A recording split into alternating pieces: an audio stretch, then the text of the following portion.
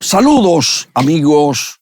Iniciamos Coloquio, el programa económico de la semana, en el año en que Coloquio cumple 40 años de existencia. Saludos, Esteban Delgado. Saludos, Alex. Saludos a todos los amables televidentes que nos siguen en Coloquio. El tema de las reformas económicas no solamente movilizó en la semana a la Asociación Dominicana de Productores de Ron en un encuentro con los medios de comunicación encabezados por Circe Almanzar, vocera oficial de Adopron, y un estudio presentado por el doctor Magín Díaz sobre la industria ronera versus el impacto de los impuestos en esa industria. Posteriormente, horas después, la Asociación Dominicana de Productores de Cemento Portland, ADOCEN, presentó sus memorias, pero en una parte el presidente de ADOCEN expuso la posición como presidente sobre las reformas económicas. También el CONET celebró sus 61 años en Santiago de los Caballeros. Ahí fue un tema planteado profundamente, hablando de una concertación, hablando de que no se afecten los sectores productivos, y también el ministro de Economía, Planificación y Desarrollo, Pavel Issa, en un almuerzo de la Unión Nacional de Empresarios, dio algunas pinceladas sobre el tema de las reformas, que concluyó en la semana con la reunión encabezada en el Palacio Nacional por el presidente Luis Abinader, de donde salió un tema de 12 reformas en el periodo 2024-2028, Esteban Delgado.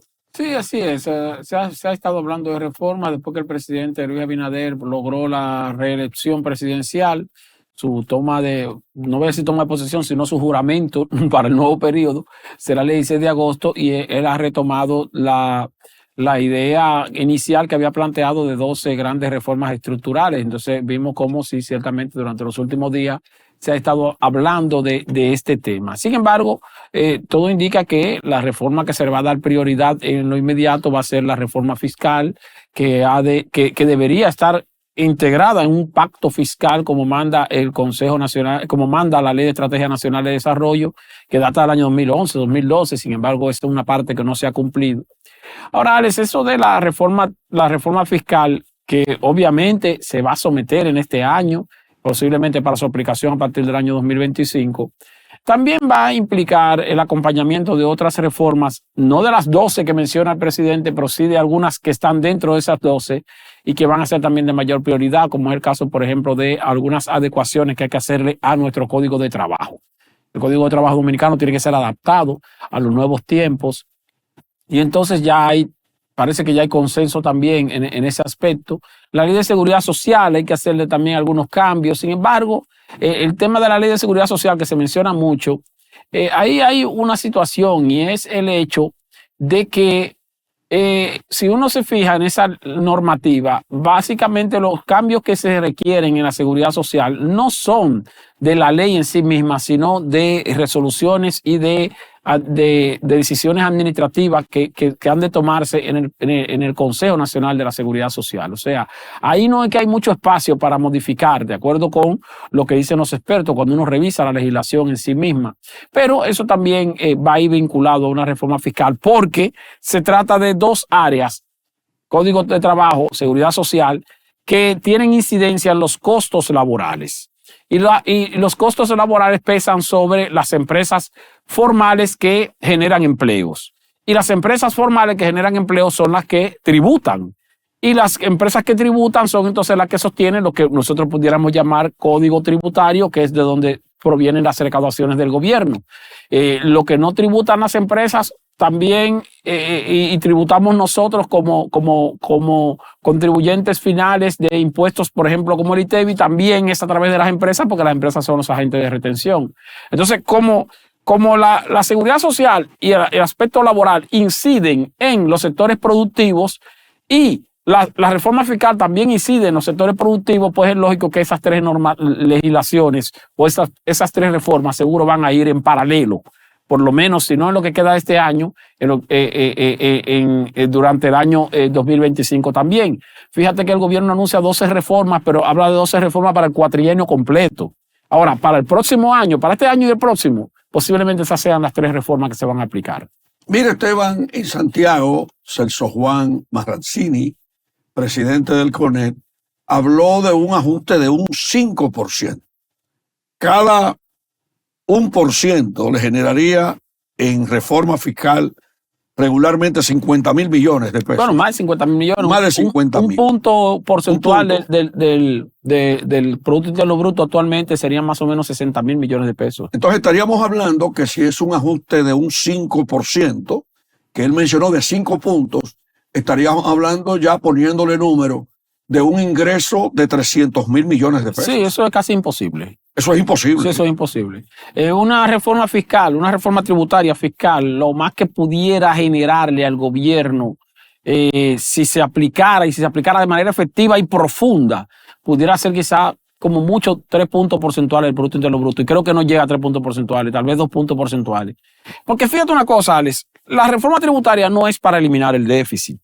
Cuando el presidente del CONET habla de 5 puntos porcentuales del PIB, es porque el déficit actualmente anda por 5 puntos porcentuales del PIB. Exacto. Más o menos, porque tú tienes una presión tributaria que anda en 15%, y tú tienes gastos que andan en 21, 22% del Producto Interno Bruto. Entonces tú tienes una diferencia de déficit equivalente a 5 puntos porcentuales del Producto Interno Bruto. Hoy día, más o menos 250.000 millones de pesos.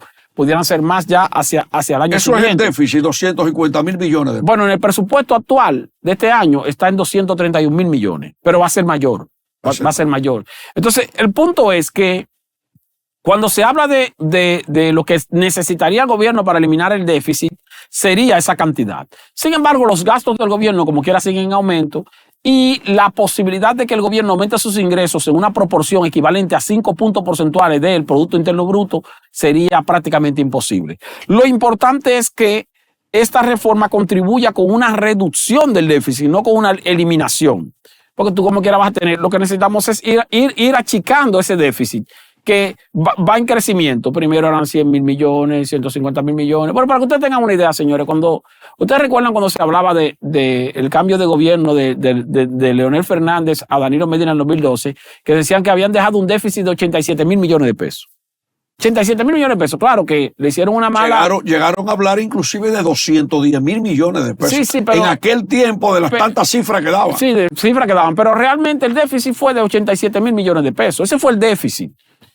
Que se gastó en campaña. No, mentira. Ese fue el déficit, la diferencia entre ingresos y gastos. De casi 2 puntos. El punto es que ese déficit que hace 12 años era de 87.000 millones de pesos, hoy día está en 231.000 millones de pesos. Es decir, que cada año aumenta el déficit, cuando debería, si no reducirse, por lo menos quedarse más o menos estacionario. Entonces, como aumenta constantemente, es necesario detener ese crecimiento o ese aumento que reporta el déficit, que se cubre con endeudamiento. Un endeudamiento que ya se torna prácticamente insostenible para las finanzas públicas. Entonces, por eso es que se necesita una reforma tributaria, pero esa reforma no es para eliminar el déficit, sino para eliminarlo. Para reducirlo, o por lo menos para detener su crecimiento en el tiempo.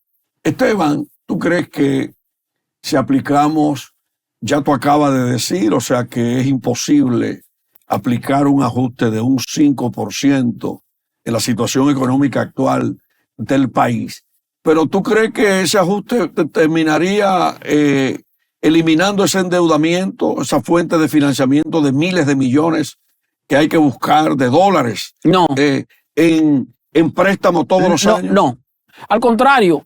Lo que pudiera hacer es que se reduzca la velocidad del endeudamiento y que se reduzcan los montos del endeudamiento cada año, pero como quiera el gobierno se seguiría endeudando. Y eso es algo que hay que decírselo a la gente, Alex, porque aquí estamos un poco perdidos. La gente, el gobierno y algunos economistas y algunos analistas y la propia oposición hablan de que hay que hacer una reforma porque tenemos un problema con los gastos y los ingresos y entonces hay que reducir el déficit. Sí, pero el gobierno va a aplicar esa reforma también, es para enviarle una señal a los inversionistas internacionales, que son los que invierten en la deuda que emite el gobierno, para que entonces nuestra calificación de crediticia, nuestra calificación de riesgo país no se deteriore, lo que se conoce como grado de inversión. El gobierno tiene que someter una reforma fiscal para darle a entender a los agentes internacionales, que son los que compran la deuda dominicana, que son los que nos financian, darle a entender a ellos que nosotros tenemos la capacidad para pagar cada vencimiento de deuda y para pagar los intereses que tenemos que pagar todos los años, que ya hoy día están en 266 mil millones de pesos. Entonces, para darle esa señal a los fines de que esos inversionistas no nos bajen la calificación a través de la firma calificadora. Entonces, ¿por qué el gobierno quiere mejorar su grado de inversión? ¿Por qué el gobierno quiere mejorar su historial crediticio en el ámbito internacional? Porque obviamente se va a seguir endeudando. Entonces, lo que quiere el gobierno es llevar esa señal para que ese endeudamiento se pueda contratar con una tasa de interés más baja que la tasa de interés que se está pagando hoy en día. Si en el ámbito internacional la firma calificadora de riesgos nos reduce la calificación, entonces nosotros tendríamos que pagar la deuda más cara porque tendríamos que pagar intereses mayores. Si nos mejoran la calificación, entonces cuando nos endeudemos vamos a tener una tasa de interés más baja. Entonces lo que procura el gobierno con la reforma tributaria es, por un lado, mejorar sus ingresos para contener un poco el déficit, pero por otro lado es llevarle una señal a los inversionistas internacionales de que nosotros estamos tomando medidas para poder garantizar los pagos de nuestros compromisos y así seguir asumiendo compromisos. O sea, el gobierno se va a seguir endeudando. Lo que quiere el gobierno es seguir endeudándose con un endeudamiento menos costoso que el endeudamiento que está asumiendo actualmente. Y de mayor confianza con los agentes que suministran los capitales. Pero esa mayor confianza se traduce en una reducción del costo. Cuando digo una reducción del costo es la tasa de interés. O sea, si el gobierno va a emitir bonos hoy día, tiene que pagar una tasa de ¿cuánto? De 7% de interés. 7, 8%, a veces cuidado sin más. Bueno, lo ideal es que emitir deuda que tú pagues una tasa de un 5 o una tasa de un 4. 7, 8, 9 es alta. Muy alto. En moneda extranjera. Sí, entonces para tú pagar menos intereses, necesitas que tu calificación de riesgo país mejore. Y para que tu calificación de riesgo país mejore, tú tienes que enviarle una señal. ¿Cuál es la señal? Una reforma tributaria. Entonces, la reforma tributaria no es para parar el endeudamiento. La reforma tributaria es para seguir endeudándonos, pero a menor costo.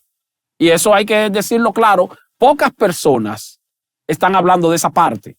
Bueno, yo la estoy diciendo aquí para que la gente se dé cuenta. Para que después cuando siga el endeudamiento no digan que la reforma fiscal... Exactamente, no, como quiera el endeudamiento va a seguir. Ustedes lo verán. Mira, Esteban, para que completemos el ciclo de lo que se introdujo al principio, si analizamos técnicamente las empresas dominicanas por el pasivo laboral, la mayoría de las empresas dominicanas están técnicamente quebradas.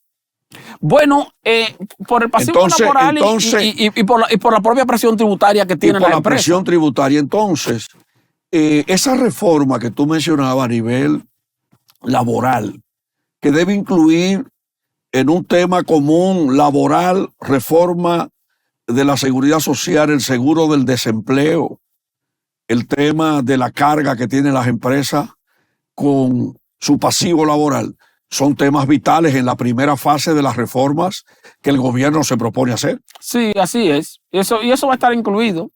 Claro, el Ministerio de Trabajo ha informado que la parte que tiene que ver con la cesantía no se va a tocar.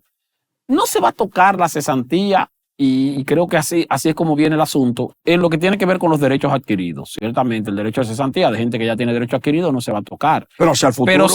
Pero hacia el futuro sí se va a plantear, entiendo que se va a plantear que los nuevos trabajadores que entren a partir de tal o cual fecha van a tener otro tipo de beneficio laboral distinto a la cesantía.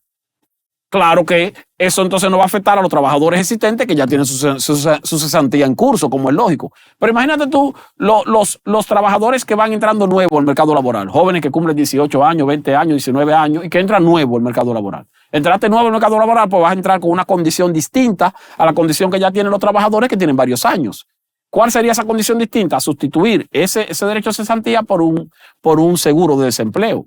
Y así no se afecta el derecho a cesantía en cuanto a lo que tiene que ver con derecho adquirido, que eso es lo que siempre plantean los sindicalistas que es innegociable. Pero mira, hay un tema que tiene que ver con lo que recibe un empleado de una empresa.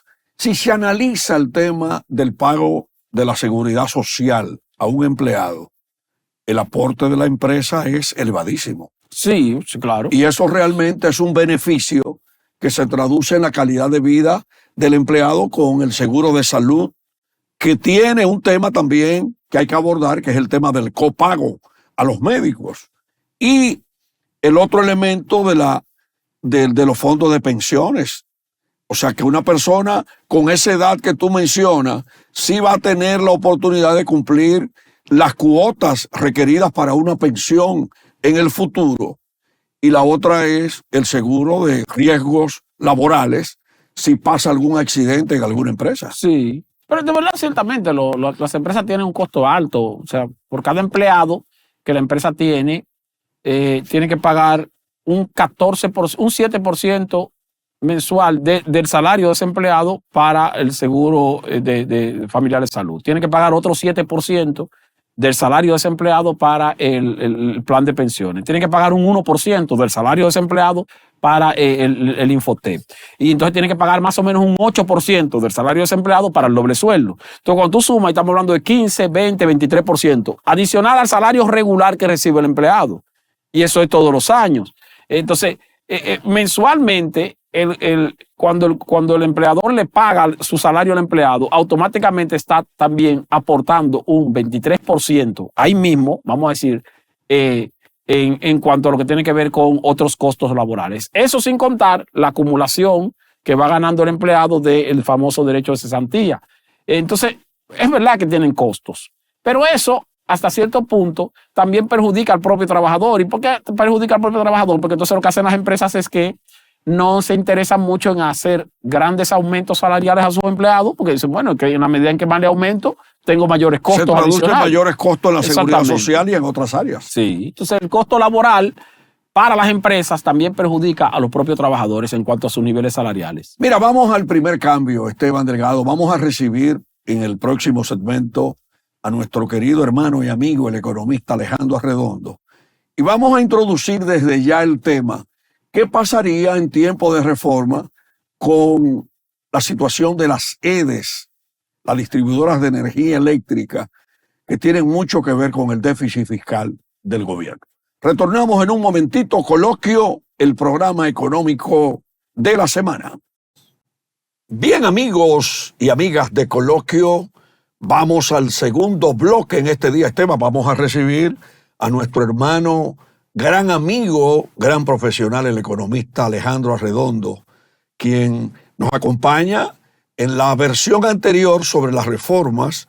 Avanzamos un poquito. Y yo quiero preguntarle a Alejandro que cómo ve todos estos encuentros empresariales sobre las reformas y además lo que ocurrió en el Palacio Nacional, donde se habló de 12 reformas en el periodo 2024-2028. Bueno, gracias, Alex Jiménez, Esteban, gracias por recibirme. Un placer compartir con ustedes y con el amable público de Coloquio Económico.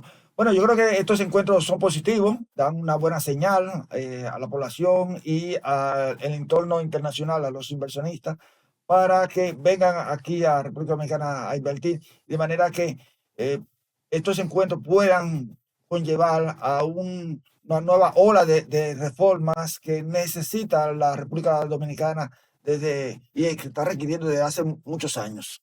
Esteban, Sí, ciertamente. Escúchame ahí. En el programa anterior que hicimos sobre la reforma, que también nos acompañó Alejandro, tú mencionabas la dificultad que representaría con tanto personal especializado en el Estado, Fuerzas Armadas, maestros, médicos, enfermeras y otros, lo difícil que sería hacer una reforma en el Estado. Ese punto los políticos y los empresarios también lo mencionan. Sí, ¿Habría algún porcentaje que se pudiera hacer? Yo creo que aquí se habla mucho de cuando no se está en el gobierno.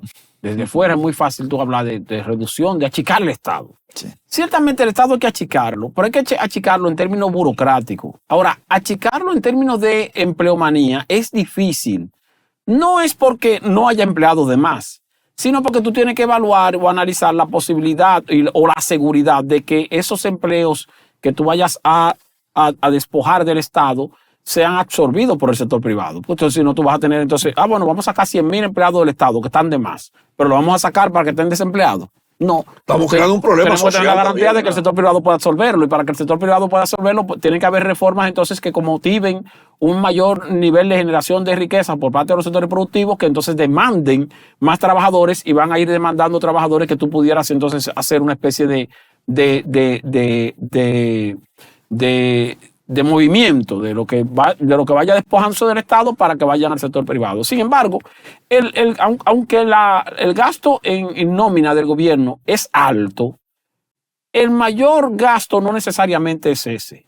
O el gasto menos productivo no necesariamente es ese. Porque si tú tienes empleados del Estado que reciben un salario, esos empleados del Estado, a su vez, ese salario lo invierten, o sea, lo gastan, consumen, y al consumir también contribuyen con un dinamismo de la economía en términos... Y con el retorno de impuestos. En términos circular. Entonces, lo que tú puedes hacer es reducir instituciones, reducir trámites burocráticos, hacer más ágil y más efectiva la operatividad del Estado, y eso sí es un achicamiento del Estado sin la necesidad expresa o directa de tú reducir la cantidad de empleados.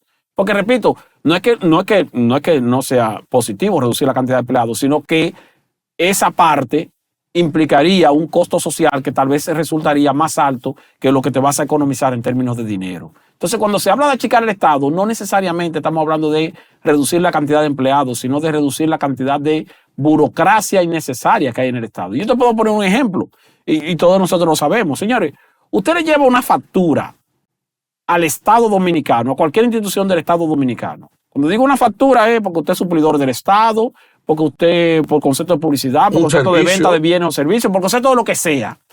Y usted tiene que llevar físicamente por lo menos 8 páginas. Factura, certificación de impuestos internos, certificación de tesorería, certificación de suplidor del Estado, certificación de copia del contrato, certificación de... Entonces, cuando tú dices, pero ven acá, si el Estado está en lo que se conoce como burocracia cero, si el Estado está conectado en términos electrónicos, ¿para qué tú tienes que llevar físicamente todo eso una cantidad de papeles que tú dices, bueno, cuando basta con que haya un software donde, qué sé yo, la institución que recibe una factura verifica, entra el número y ve que ahí aparece está al día, neto, está al día. Entonces, si no está al día, mire, señor, no le podemos recibir su factura porque usted no está al día en tales o cuales cosas. Ahora, por ejemplo, que se está hablando de facturación electrónica. Entonces, uno se pregunta si el Estado se está preparando para ello. O sea, cuando digo se está preparando para ello, porque todo lo que te reclaman que lleves en términos físicos, se supone que debe estar disponible como información para las propias instituciones del Estado y no necesariamente llevarlo físicamente. Sino que, bueno, ya tú lo verificas. No, mire, no podemos recibirle su factura. ¿Por qué? Porque usted no está al día en impuesto interno. Pero yo lo estoy viendo en la pantalla. ¿Tú crees en esa tesis, Esteban? Entonces, ahí tú reduces la burocracia. ¿Tú crees en esa tesis de que para pagar una factura le exijan tantas cosas? No, pero estoy diciendo eso es atraso. Eso es atraso. Pero mira, un ejemplo, la ventanilla única de exportación. Sí, aquí se habla mucho de ventanilla única. Sí, para exportación, para la construcción. Entonces, un tema propagandístico. Sí, que todas las instituciones que tienen que ver con las exportaciones para hacerlas más competitivas, de que haya menos trámites, de que los exportadores no tengan que pasar malos ratos. Bueno, están todas conectadas, pero entonces sucede que hay una institución que no está conectada, entonces tienen que llevarlas de manera física. De manera física, no tiene sentido. Yo, por ejemplo, te voy a poner lo de impuesto interno. Impuesto interno, si yo entro, si tú me das una factura tuya con un número de comprobante fiscal y yo entro en impuesto interno, yo puedo entrar ahora mismo así. Entro en impuesto interno, la página, habitual. Entro el número de registro nacional contribuyente, entro el número de NSF que tú me estás dando en tu factura y automáticamente impuesto interno me dice, por la vía electrónica, si esa factura es válida o si no es válida, si tú estás al día o no estás al día en el pago de los impuestos, porque el impuesto interno automáticamente, si tú no estás al día, te bloquea los NSF de manera temporal hasta que tú te pongas al día. Entonces no es necesario llevar la certificación. Ahora yo creo que ¿tú me entiendes? Porque tú basta con que tú entres el número. No, mire, usted tiene problemas con impuesto interno, tenga su factura. Esteban, yo creo que ahora... Pero no te la piden y después te la piden otra vez. Entonces, pero tanta burocracia. Y cuidado que algunas veces se pierde. Y hay Tienes que llevarla otra vez. Pero por Dios. Yo creo que debemos eliminar todas esas trabas. Ahí tú reduces una cantidad extraordinaria de costos en la misma forma de operar del Estado. Y eso es reducir el gasto público, sin la necesidad de eliminar el empleado. No. Esteban, aquí hay que modernizar inclusive la forma para no afectar el dinamismo económico. Si tú recibes una factura, vamos a suponer que hay que pagarle un impuesto interno, que se cobren, que se estudie la posibilidad inclusive de cobrar el ITEVI de la misma factura a lo que corresponde, para que impuesto interno no afecte el pago de la factura. Pero yo no estoy entendiendo esa parte. No. Óyeme. Si un contribuyente no está Al día. Ajá. hay que buscar una manera de que no se le ponga traba para pagar la factura. Que de Para esa depositar la factura.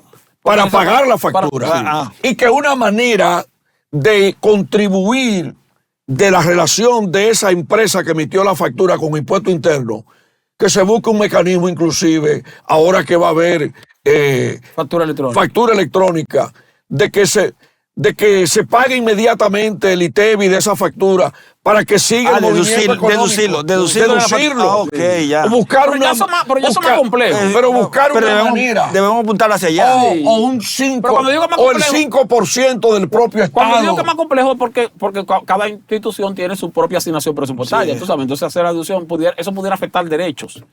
Pero de todas maneras, señores, aquí se habla mucho de burocracia cero. Aquí hay hasta una ley de burocracia cero. Sí. Una ley. Mira, en el Y entonces tú gobierno... dices, ¿pero dónde está la burocracia cero? Si hoy día tenemos más burocracia, o no hoy día, cada día tenemos más burocracia que en el pasado. Entonces tú dices, pues entonces estamos involucionando, tomando en cuenta que los avances tecnológicos deberían permitirte hacer todo eso de manera automática. Mira, Esteban, yo estoy totalmente de acuerdo contigo y con Alejandro sobre el tema de la burocracia, pero yo creo que aquí debemos ir más lejos para resolver los problemas. Yo dije recientemente, y tú estabas aquí ese día, que aquí hay miles de gente que pudieran tener contratos bajo firma privada de compra de propiedades. Tú te inventas un mecanismo en un periodo de 1 año y 2 meses para resolver en el país entero eso, conjuntamente con la jurisdicción inmobiliaria, con los agrimensores, y tú vas a dinamizar la economía. Pero en el caso de impuestos internos, yo creo, todo el que tenga algún atraso, por ejemplo, por algún formulario de eso que tiene impuesto interno, que a veces te dificulta el que tú no estés al día, que no lo hayas depositado, que se busque una manera y que impuesto interno le notifique a cada uno para llegar a un acuerdo sobre cada cosa, para no parar la actividad económica del país. Porque cuando una empresa, por ejemplo, por la burocracia te para el pago, está afectando al Estado. Porque es con ese dinero que recibe esa empresa va a comprar y ahí viene un nuevo ITEVI y vienen 80,000 cosas, además la liquidez de las empresas. En todo caso, bueno, lo que deben tomarse son medidas tendentes administrativas, a facilitar la forma de pagar. O sea, aquí, por ejemplo, nosotros tenemos la situación de que formalizar una empresa tiene sus complicaciones, pero es mucho más fácil que mantenerse formalizado. Eso, o sea, sí. es más fácil formalizarse que mantenerse formalizado. Es el gran reto de mantenerse formalizado. ¿Por qué? Porque tú tienes que llenar una serie de requisitos para tú poder pagar o tributarle al fisco. Entonces, el fisco debería facilitar ese tipo de requisitos a los fines de que el dinero entre con más facilidad y que el contribuyente entonces pague con más facilidad. Porque ahora nosotros tenemos una situación. Cuando se habla de reforma fiscal, de lo que estamos hablando es de que necesitamos que aumente la formalización, porque tenemos un 56% de la economía en la informalidad, y ahí entonces no se está pagando impuestos. ¿Cómo hacemos que paguen impuestos? Formalizándose, principalmente las micro y pequeñas empresas. Ahora, ¿cómo hacemos que las micro y pequeñas empresas se formalicen y se mantengan pagando los tributos correspondientes, haciendo que les sea fácil pagar los tributos correspondientes? Porque la mayoría de micros y pequeños empresarios en la República Dominicana son emprendedores que saben cómo hacer dinero, pero que no son necesariamente personas con alto nivel académico. No. Entonces, ponerlo a llenar un formulario, otro formulario, tener que contratar a un contador público para que le llenen, para que le lleven, para que te tiene que hacer tal o cual cosa, que a veces uno se encuentra, yo siempre lo repito eso con mucha frecuencia, que los empleados de impuestos internos se encuentran a veces con contribuyentes que van y lo que le dicen es al oficial que le está atendiendo impuestos internos, dime cuánto es que tengo que pagar. Sí, punto. Dime, yo te lo pago. ¿Cuánto es que tengo que pagar? Yo tengo el dinero para pagarlo. Solamente dime. No, que te tienen que llenar el formulario. Que yo no puedo. El R6, el R7, el R8. Dime cuánto es. Yo te doy el dinero. Yo no tengo problema. Pero déjame irme. Yo tengo que irme a trabajar. Yo tengo que irme a seguir haciendo dinero porque eso es lo que yo sé hacer. Se pasan el mes entero llenando formularios. Yo creo que se le ha dado poca publicidad a lo que es el régimen simplificado de tributación. Sí. Porque eso era un paso de avance, pero no sé, como que se ha quedado.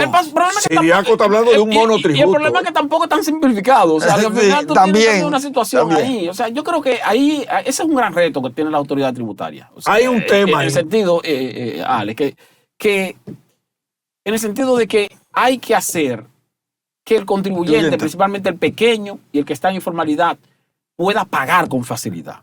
Hay un tema ahí. El tema es el monotributo que tú mencionas. Hay un tema, el monotributo, pero el otro es una reforma tributaria solamente para buscar dinero, o necesita la reforma tributaria como acompañamiento una reforma en el sistema del cobro de los impuestos, que se evalúe realmente todo para facilitar ese ingreso de ese 56% que no paga los impuestos y que obliga a que solamente paguen los impuestos 44%, como tú lo has dicho en otras ocasiones aquí, Esteban. Necesitamos una reforma adicional en el cobro de los impuestos, en el funcionamiento de las agencias recaudadoras. Más bien la eficiencia, eficientizar. Pero tú acabas de hablar de muchísimos formularios, Alejandro. Sí, pero... Sí, no, pero es verdad eso. La realidad es, todo el que nos está oyendo a nosotros que ha tenido algún tipo de negociación con alguna institución del Estado como suplidor, sabe de lo que estamos hablando. De la cantidad de papeles que hay que llevar para tú llevar una factura. O sea, una cosa no, pero además absurda. Hay que bregar con la Cámara de Comercio, con contrataciones públicas, con todos los requisitos de impuestos internos, de aduanas. Sí. O sea que realmente es un trabajo que necesita algo más que la reforma tributaria. Sí. Ahora, ¿qué se puede hacer? Bueno, En el yo sentido creo que también de qué puntos puede tocar la reforma tributaria. hay que ver. Eso es. Pero yo creo que haciendo uso de la tecnología nosotros podemos avanzar mucho, pero la cuestión es que La inteligencia artificial pudiera contribuir en parte con ese avance, podría ser. Esteban, y es un asunto complicadito, porque por ejemplo tenemos la parte digital de la digitalización en medio de una reforma. Pero, por ejemplo, se ha concientizado a las micro, pequeñas y medianas empresas lo que representa esa digitalización de las operaciones de las empresas. Tienen las empresas el capital humano preparado, tienen los recursos económicos. Ahora hay expectativas inclusive de alzas en muchos servicios previo a la reforma fiscal. Y es un tema que anda de boca en boca en las calles dominicanas. Pero yo te voy a decir una cosa. Yo creo... Yo tengo la firme creencia, yo creo en esa parte, y que pudiera ser una prueba incluso. El gobierno no quiere arriesgarse, ningún gobierno ha querido arriesgarse a esa propuesta que hace, por ejemplo, el CRES, el Centro Regional de Estudios Económicos y Sostenibles, de universalizar el ITEVIS y bajar la tasa.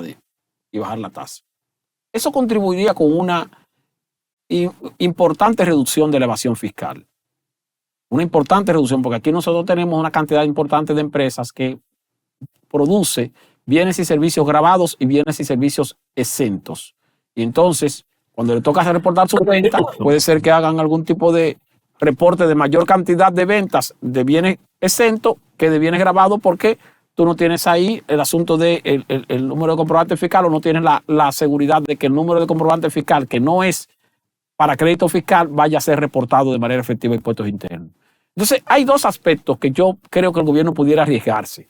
Si el gobierno plantea una universalización del ITEVIS para todos los bienes y servicios con una tasa más bajita, Incluyendo los alimentos y los medicamentos. incluyendo todo, ¿Y la energía eléctrica? Y la energía eléctrica. Pero Bueno. oye bien, ¿no? Pero tú vas a tener protesta. agresiva esa. No, pero te voy a explicar, porque ciertamente tú me dices, bueno, mira, pero entonces yo voy a pagar 18% de energía, de ITEVI en energía eléctrica. No, tú vas a pagar, vamos a poner un 12. Ok. Tú vas a pagar un 12. Pero como tú estás pagando un 18% en telecomunicaciones, tú vas a pagar un 12% en telecomunicaciones. O sea, vas a pagar 12% de adicional en energía eléctrica, pero vas a pagar 6% menos en telecomunicaciones. Vas a pagar 6% menos en tal o cual otro producto que tú consumes que también paga. Pero ITEVI. telecomunicaciones Porque fíjate tiene un una cosa, 28. nosotros hablamos mucho del arroz, de la comida, de los alimentos, de la salud, de la educación. Que están exentos del ITEVI. Es verdad. Y que si tú le pones ITEVI, bueno, pero si tú le pones ITEVI a una tasa menor y bajas la tasa que también está en 18, entonces tú tendrías una compensación.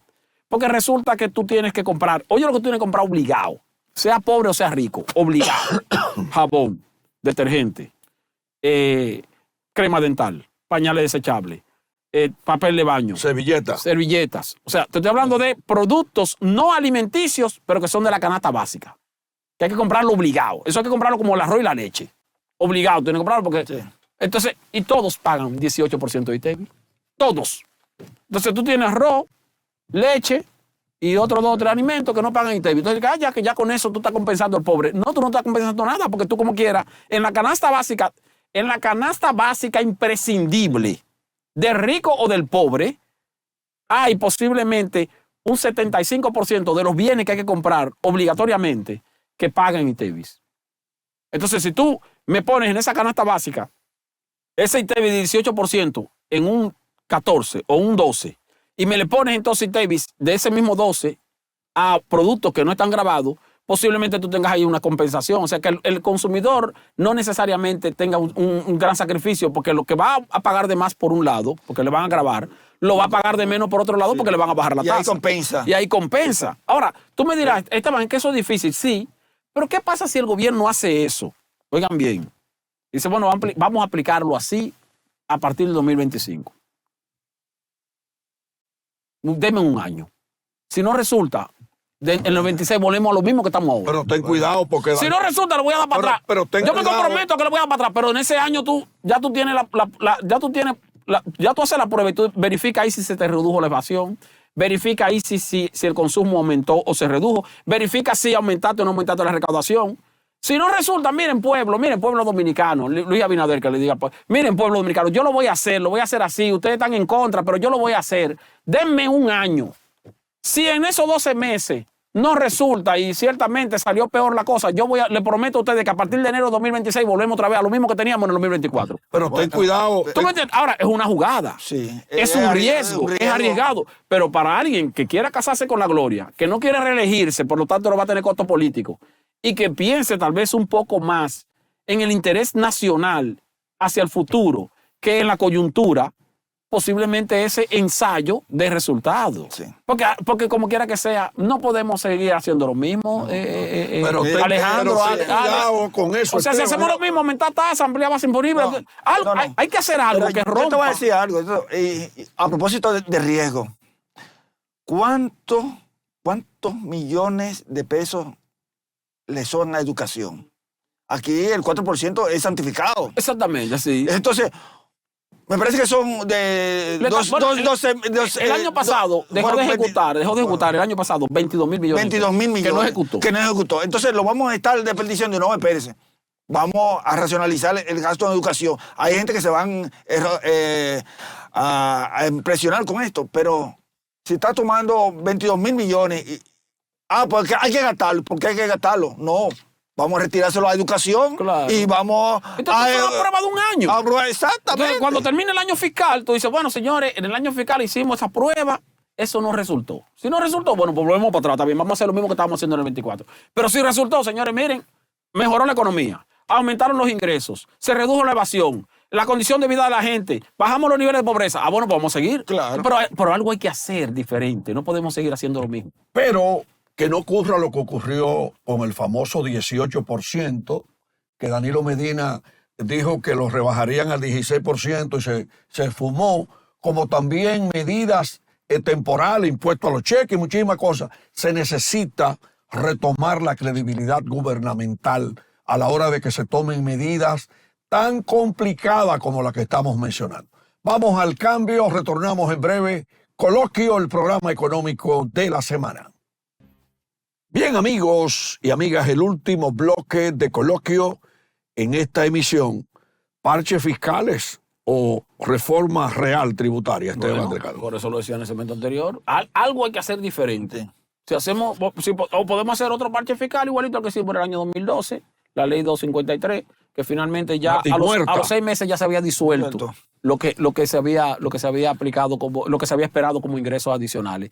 Y sin embargo, los impuestos que se aplicaron todavía se siguen aplicando. Pero hay que buscarle también medicinas al pueblo, indexación de los salarios, la inflación, buscarle también combinaciones para que la gente pueda vincularse a lo que viene. Bueno, la indexación que eso no se viene aplicando desde el 2017. No, 2012. No, del 17. 2017 dejó de aplicarse. Sí, se congeló ahí. Se congeló, se congeló en el 2017. 2017, sí. Que en el presupuesto que se aprobó en el 2016 para aplicarse en el 2017. Sí. Entonces, 6 años. Sí, entonces, 7 años. Ya ese salario anduviera por exento, unos 54,000 pesos. Eso es un alivio para la clase media. Sí, pero se tornaría un alivio. Sin embargo, tú tienes una situación también, y es que en un escenario donde se pretende obtener más ingresos, las cargas que existen y que ya la gente está como medio acostumbrada a esas, de repente los gobiernos lo que hacen es que la dejan así. Dicen, bueno, eso existe, nos está generando un dinero. Meten un párrafo en el El pueblo lo soporta. Como el pueblo lo soporta, pues eso así. O sea, porque Bueno, también es verdad. También. Pero yo creo que hay que retomar ese tema a favor de los empleados, porque con todas esas resoluciones del Comité Nacional de Salarios están juntando los salarios mínimos con los otros salarios. Sí, con los otros salarios vamos a tener un grabados. caos entonces. Sí. 23 salarios mínimos, 22 salarios mínimos. Sí, eso también hay que variar. Eso también hay que arreglarlo. O sea, establecer salarios mínimos, que es verdad que hay instituciones diferentes, pero no puede ser que haya tantos niveles salariales diferenciados en el salario mínimo.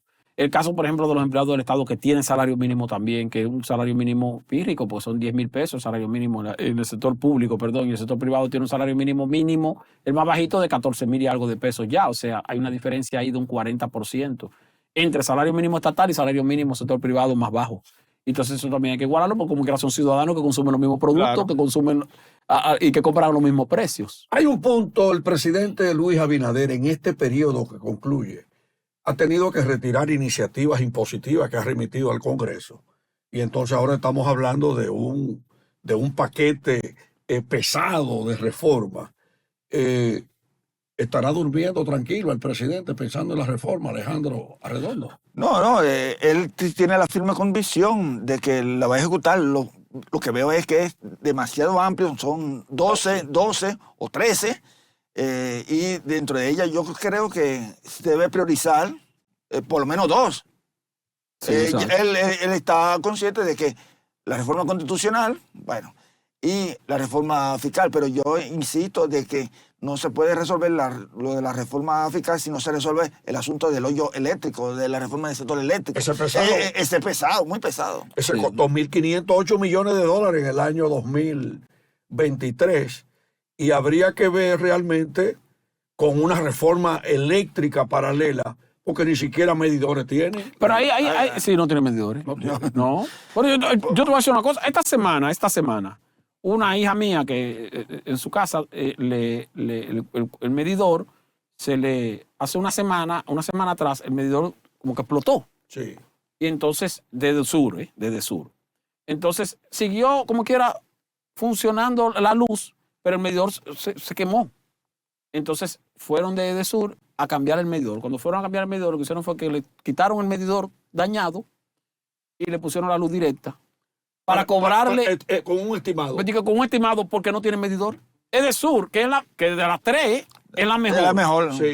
O la menos mala. Es de sur. Entonces, oye, no tienen medidor en existencia. Entonces, no, le vamos a cobrar un estimado. Bueno, pero ¿qué estimado tú me vas a cobrar?